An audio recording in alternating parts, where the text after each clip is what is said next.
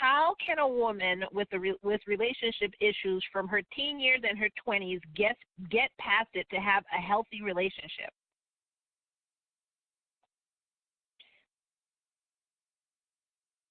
Anybody? Kai, do you want to take that one, because I'm still thinking. I could definitely take this one. Basically, my advice on this is if you have relationship issues from your early years, you can't figure out how to get past it yourself, you kind of need to go to get professional help.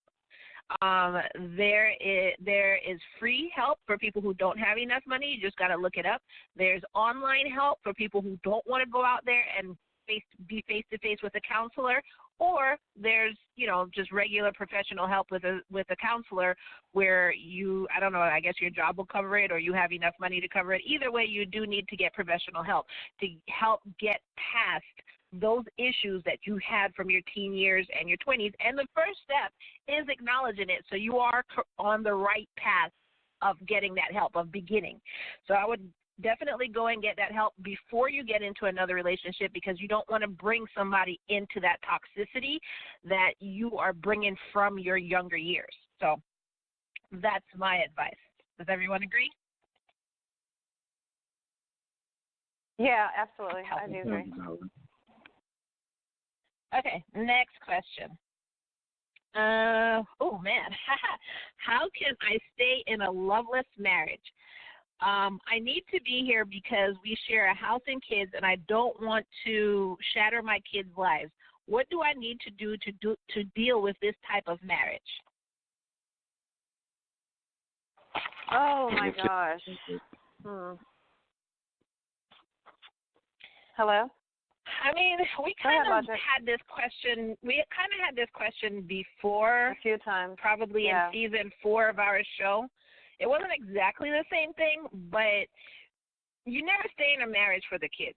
That's not a reason to stay in a marriage, because your kids aren't stupid. They see that y'all don't like each other, and you're setting a bad example for your children. Examples, yeah. So you should never stay in a marriage just because of your kids or because of your house, unless, because some people have unconventional relationships, unless y'all are better apart, like y'all are better as friends and y'all are good with staying together just for the children.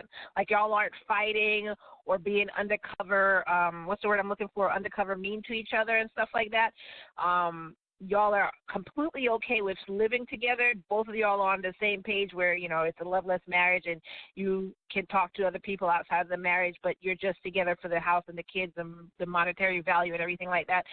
Then if that's the case, then do what you do. Who can say what you should do in your relationship? However, if that's not the case, and maybe only you are the one who fell out of love and y'all are arguing all the time, or you just don't want your husband or wife to touch you, or basically your kids aren't stupid. They see that kind of stuff, and that is already shattering their world.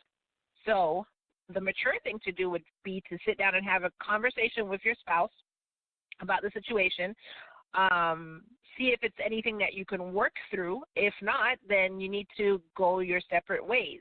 Before you go your separate ways, you need to have a conversation with your entire family about what's going on. Let the kids know that this is absolutely not their fault, because for some reason kids seem to think it's their fault.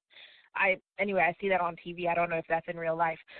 Let the kids know that this is absolutely not their fault, and you need to figure out your money situation and get your own place.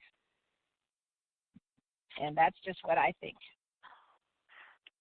Kai, that's actually really good advice. My only concern is that one scenario where it's more like an open relationship where they're just staying together physically in the house because they want the kids to see they can still be under the same roof as parents. There are definitely couples that do that. But my concern is when the kids are little, that's one thing. They won't know any difference.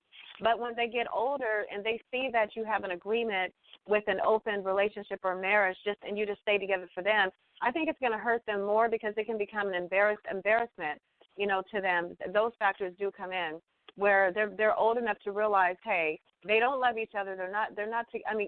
Why is mommy still here? Why is daddy? Why do they still live under the same roof? I saw daddy the other day, with the lady, down the street, or he's been seeing her, well, or when you're a teenager. If everybody has open communication and they know what's going on in the house, then it wouldn't be an embarrassment. I actually know children whose parents are like that, and they prefer their parents like that because they were like, before their parents got a divorce or had this agreement, their parents were arguing all the time.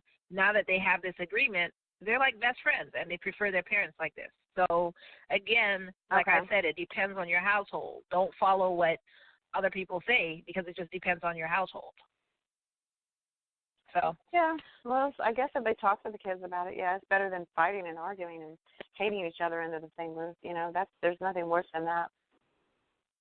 Wow. Yeah. It takes a lot of bravery to make that decision, though. Okay.